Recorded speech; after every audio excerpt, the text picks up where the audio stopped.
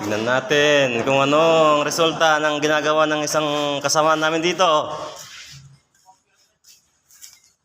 Manuel, para saan ka bumabangon? Para sa scatter.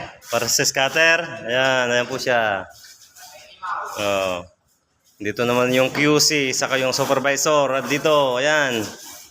Oh. Tinamuha ng flam, oh. Sugat. Saan? Wala, ang laki binas ka.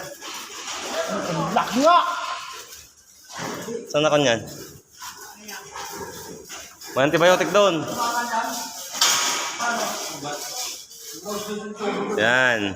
Yung nakabukang flam. Manuel, yan sa gitna. Nasa kita.